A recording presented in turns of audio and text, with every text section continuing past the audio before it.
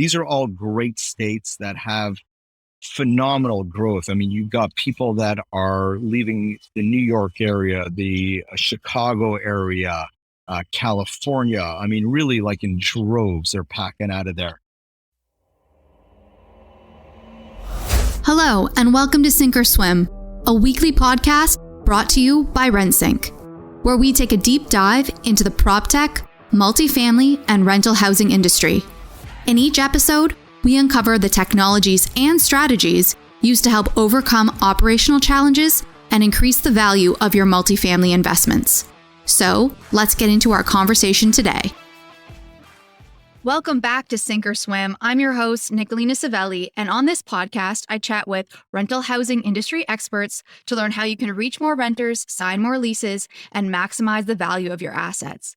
And today, I have Ben Zlotnick, a serial entrepreneur who is the co-founder of Alexandra Capital, founder of Eden App, and founder of BTB Investments. Thank you so much for joining me today, Ben. Clearly, we've got a lot to unpack there, given the sheer volume of your ventures.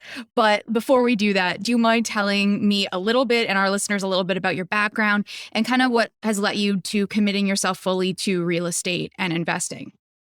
So, Nicolina, first of all, thank you very much for inviting me to this podcast. I'm very excited to be speaking with you and telling you a little bit more about, what I have done and what I'm looking to do in the future, along with some of my partners. So just a little bit of a background on myself. I'm born, bred, educated in Toronto, and we have been involved in the multiple different industries. So started off in the service industry, mainly in the landscape design construction business. I still have that business and we still run it locally in the greater Toronto area. Got involved in the technology sector around a decade or so ago. And during that time frame, really started off at an early stage doing some angel investments, as well as, I launched one of Canada's leading technology accelerators called Incubes back a number of years back. Through that accelerator program, I had the ability to meet up with many investors, amazing startup companies, amazing entrepreneurs, not only locally in Toronto and the Canadian space, and that's obviously where we had met when you were heavily involved in the technology space as well. But I also had the opportunity to network and create some great relationships, business relationships across North America and really on a global level. I've also been involved launching my own company. It is a marketplace called Eden App. Currently, we offer landscaping and snow services, as well as landscaping and lawn care and maintenance in around 25 cities across North America. That company continues to grow and scale, both in the Canadian space as well as in the US space.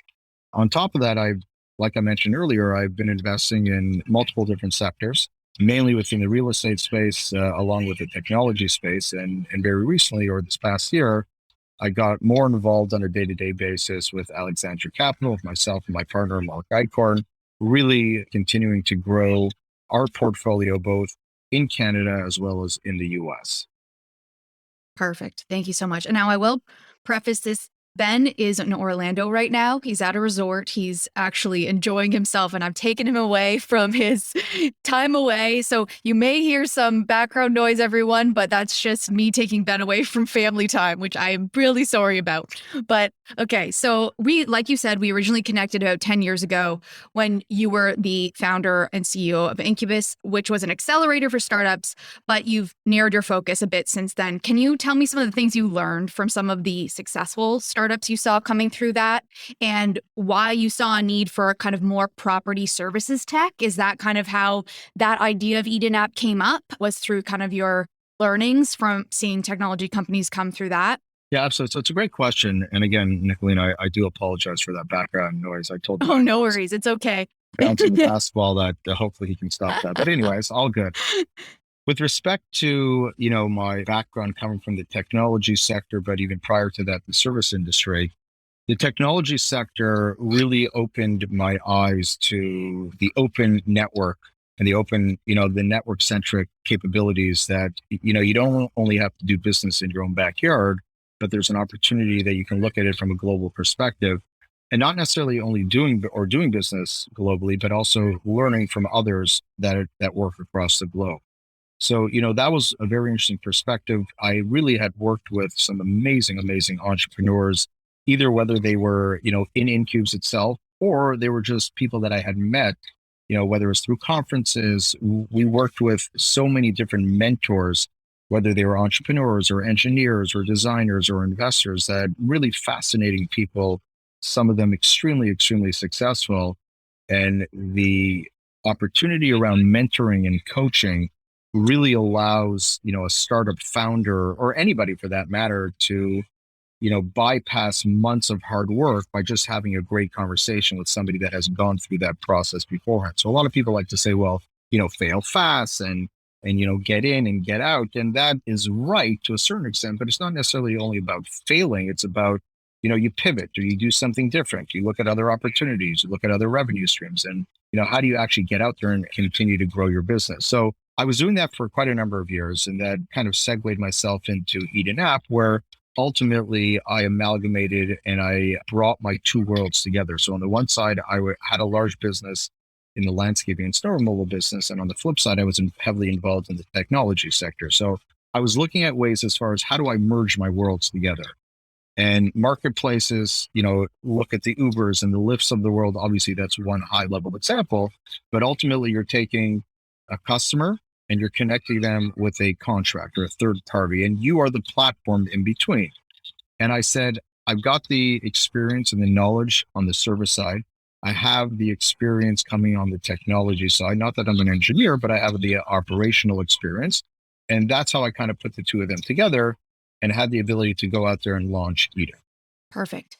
And with that said, I personally have seen a lot of media as of late on Eden app. I looked it up. There's quite a bit of articles about it. It seems to be doing quite well. Now, have you considered, I mean, it's on-demand automated snow removal and lawn care. Do you think there's a use case for this type of service from like a property management perspective?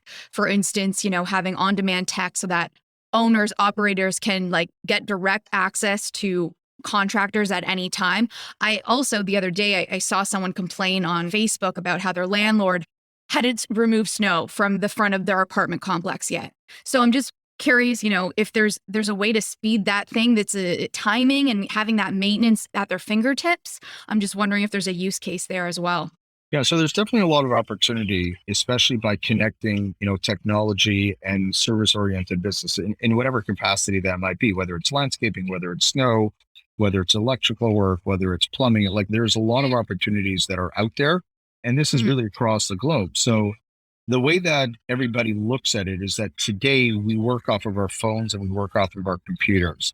And every single individual, whether you are the landlord or whether you are the tenant or whether you're the service contractor, you're looking at other ways, A, to drive revenue for your business.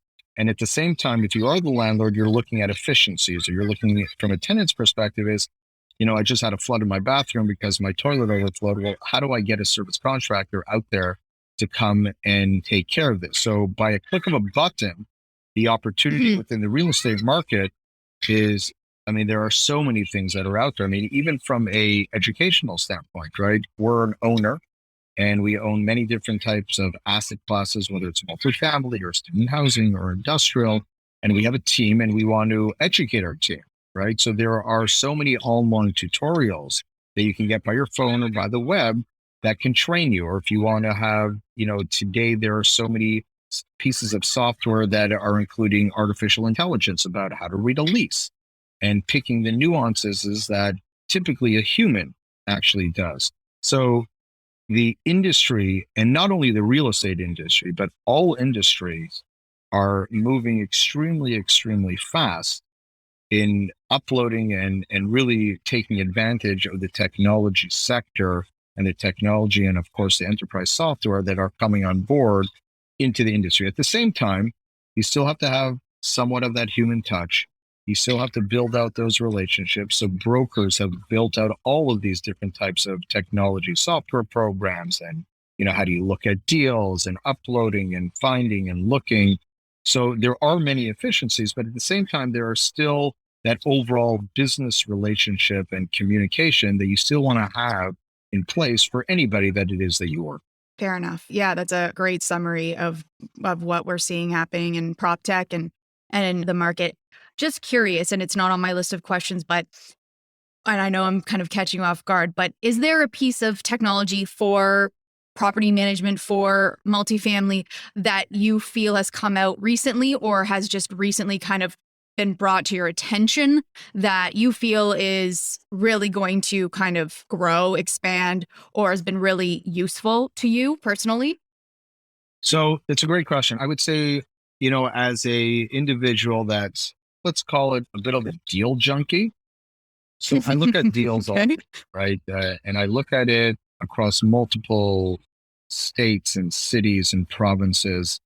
So we're always trying to get as much information as possible in the quickest time period.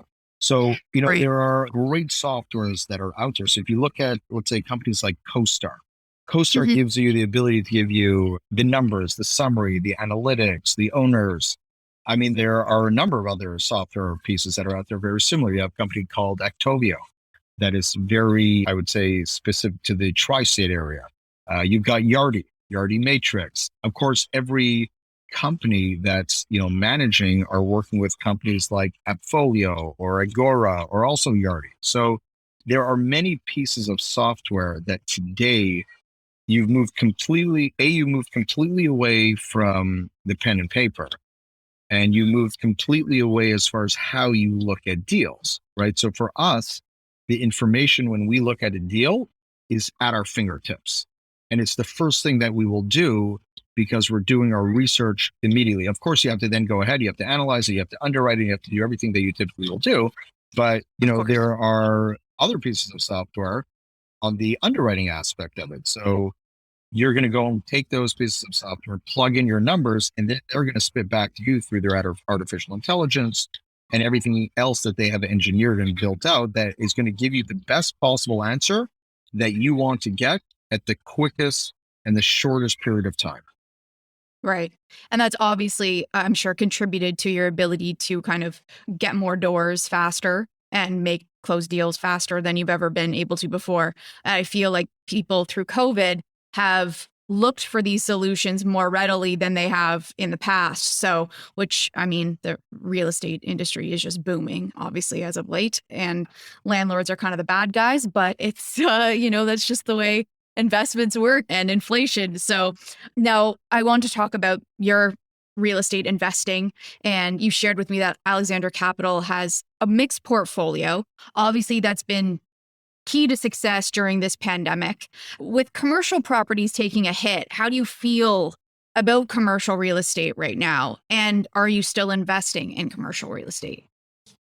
Yeah. So just to clarify one point, some landlords are not nice, but many Yes. Okay. are very nice. So we want to Yes. put ourselves in the category of nice landlords where we will always try to work the best that we can with our tenants, understanding the current situation that is out there.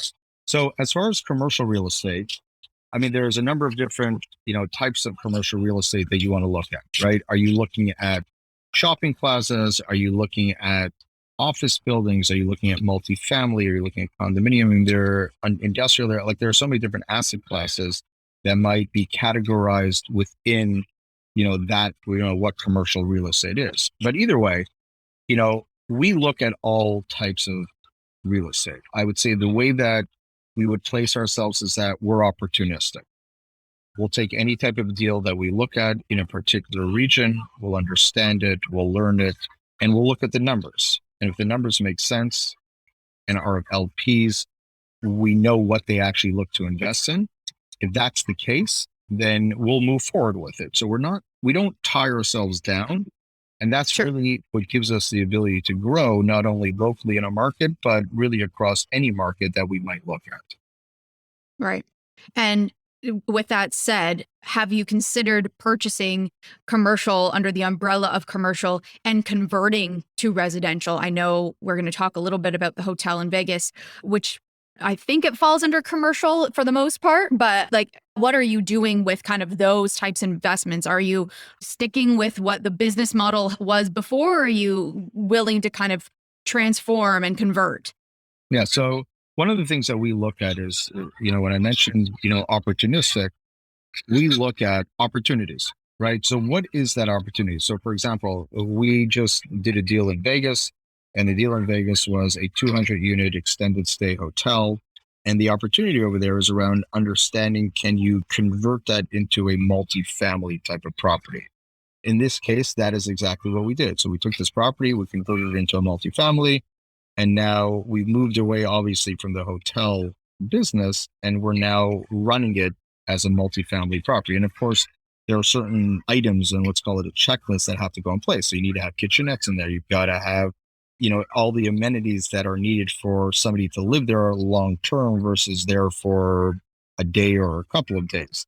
And these are all things that come into play. You have to look at the zoning, right? So you have to work through the zoning characteristics of that particular location.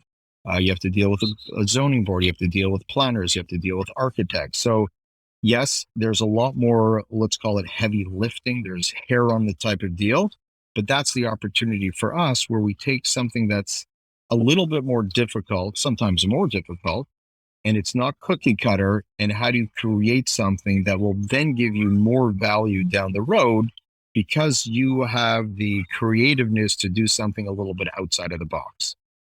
Totally. Now, I'm not sure if you've completely completed this hotel. Has it now completely been converted into multifamily, or is it still in the process of kind of renos? So right now it's still in the process.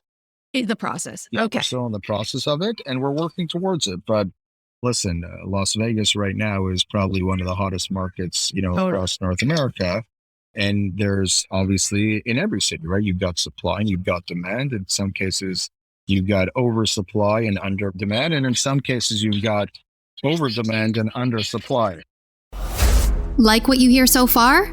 Make sure you never miss an episode by clicking the subscribe button now. This podcast is made possible by listeners like you. Thank you for your support.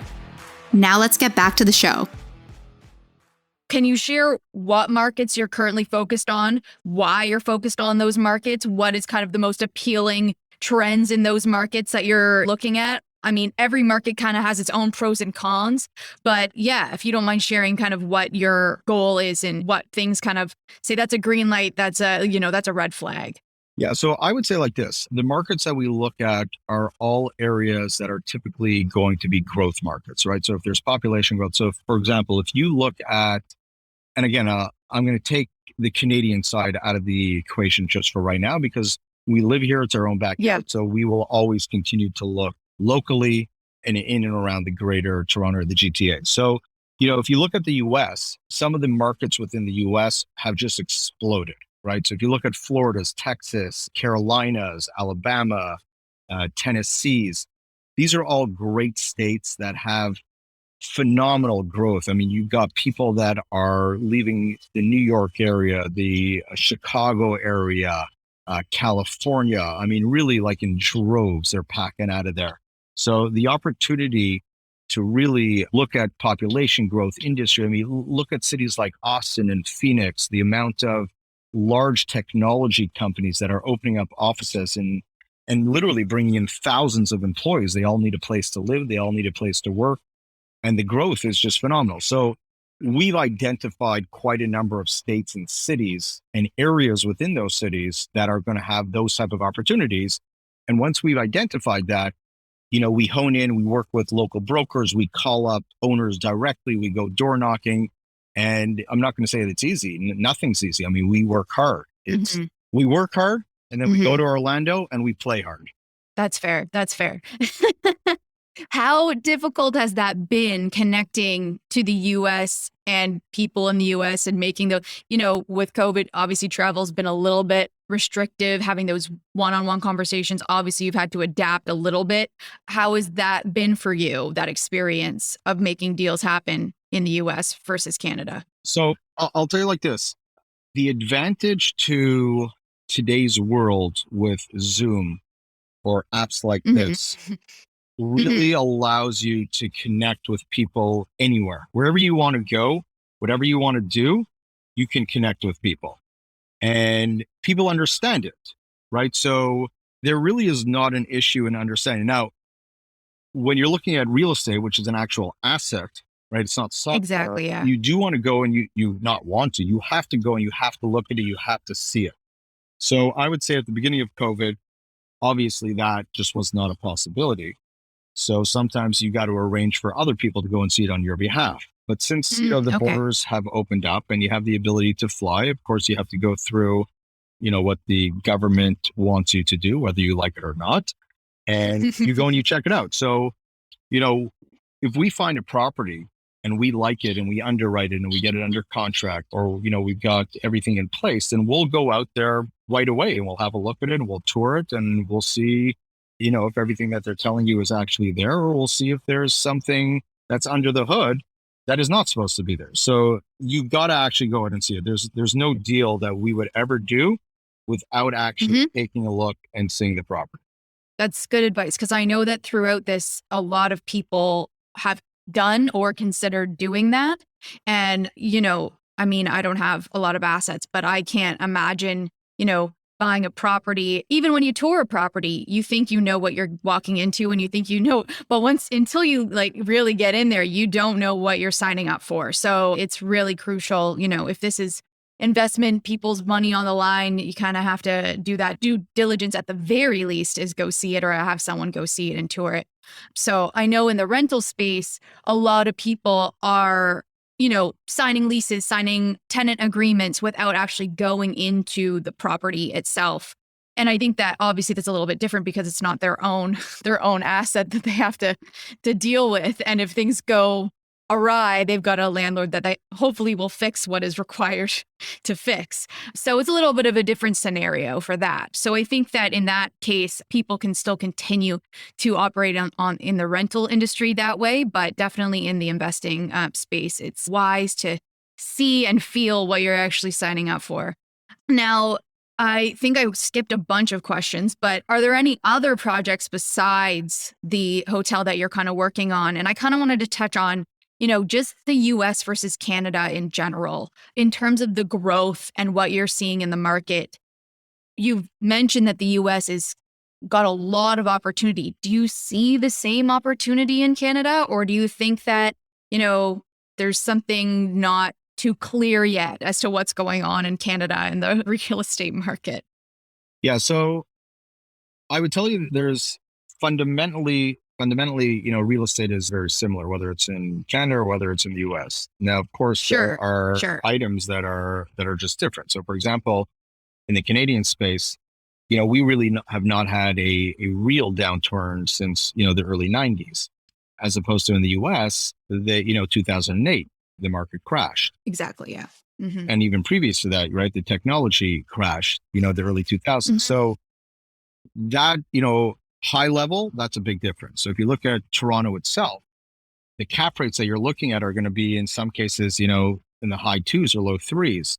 If you look in the US, yes, some of the top markets, whether they're in Florida or Texas, or maybe even some of the other states, you might find something a little bit similar to Toronto, but for the most part, they're not there, right? Most of the good markets are, let's say, high 3 caps, low to mid 4s, and some of the weaker markets, tertiary markets, might be even closer to the 5s, right? So that is another perspective to look at. So the way that we look at a deal is we look at opportunity costs, we look at appreciation, we look at a market, we look at population growth, we look at employment, and we look at size, of course. So if you're not opposed to going somewhere outside of your 4 walls or your proximity of within 5 or 20 miles, then you have to look at that opportunity cost specifically for your investors. So if I can get a 6 cap somewhere and I can manage it and I can run it, then I'm going to be able to give a much greater return to my investors than if I was to buy a 2 cap in Toronto. Now, of course, you can then look at it from a per door basis. If I buy something for 50,000, can I sell it for 100,000? Or as opposed to if I buy something for 450,000, can I sell it for 490,000? Well, the ratio obviously doesn't add up. So you have to look at, every single case is going to be a little bit different. every single asset class is going to be different. Whether, I know a lot of people that are in self-storage. I know a lot of people obviously in multifamily, industrial. I mean, you look at industrial in Toronto, they're selling at, obviously depending where, but they could be selling at $400 a square foot. And you can look at a place in, I don't know, New Orleans, and they might be selling at $100 a square foot. Both great cities, both great markets. But again, it's neither here nor there. So you have to, as an investor or as a, general partner or even a limited partner, you have to look at what is the opportunity out there? What are you comfortable with? What type of risk factors are you interested in? And then you can actually go ahead and invest with the right people, create the right deals. And of course, if you need a partner or do a joint venture with people, you have that opportunity. Right. Great advice for anyone listening who's, at a certain amount of doors looking to advance their kind of portfolio. So before my final question, I did want to ask, are there any other projects that you're excited about? Where are they if they're already signed deals? Can you share any of those with us? Yeah. So, I mean, some of the great deals that we're doing right now is right across the GTA and surrounding areas. We're doing a number of different shopping plazas that we're excited about. We just did a industrial deal right around the Yorkdale area. We're looking at land as well outside of the GTA, from a development perspective. So there are exciting projects that we're working on. And in the US, it's the same idea, right? We're looking at a number of different conversions in Texas and Florida and the Carolinas, in Ohio. And then on top of that, we're looking at different asset classes, whether it's storage or industrial or student housing. There's so much opportunity out there as long as you're willing to put in the time and the effort to analyze it and, of course, underwrite it, work with the right people. I mean, it's a key to finding the right broker to work with, right? That is fundamentally you have to do it, right? Because they know their local market. You don't know the local market if you're not there. Now, if you've been there for a number of years, of course, you're going to know the owners, you're going to know the players, the brokers, and that's great. But as you're breaking into a new market, you need to be speaking to the right people that are going to be bringing you the right deals. And of course, you have to explain to them why they should be bringing it to you and not to other buyers. Of course, if it's a marketed deal, everybody has a shot to look at it. But at the same time, if they know that you're going to be able to close and you have the ability to do it and you have a track record and you have to build a track record, they will be more inclined to work with you and bring you the business because they know that you can close. Right. Now, I also wanted to ask another question in terms of bringing it back to kind of RentSync and the marketing side of things. How are you looking at marketing and kind of establishing these buildings that you're purchasing for either, residential rentals? How are you looking at branding and things like that? And how are you getting those out there? How are you getting them rented? How are you getting leases signed? How's that process looking for you? Right. So again, there's a number of ways to look at it. So in some of our cases, we will manage it ourselves. When you look at it from that perspective, of course, there's old school ways of doing it, right? You've got your signage, you've got your online marketing, whether it's Google Ads, or it's just you're working specifically with the new type of real estate marketing that's out there. And then even on top of that, you'll find a lot of cases, not specifically in ours, depending on the asset class that it's in, but social media, right? Whether it's Instagram pages, Facebook pages, even today, you've got real estate companies that are using TikTok quite heavily just from a marketing side. So it all adds to what it is that you're looking at. Now, in many of our cases, we might not necessarily manage it ourselves. We're going to be used to third-party marketing.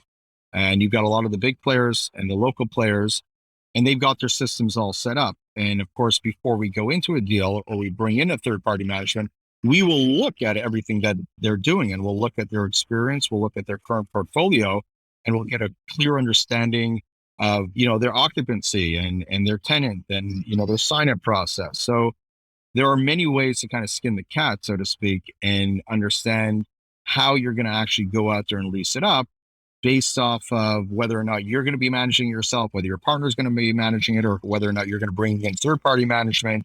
And then, of course, you're going to be doing the asset manage on top of it to make sure that you're going to get that occupancy as high as you possibly can when you get into a new property. For sure.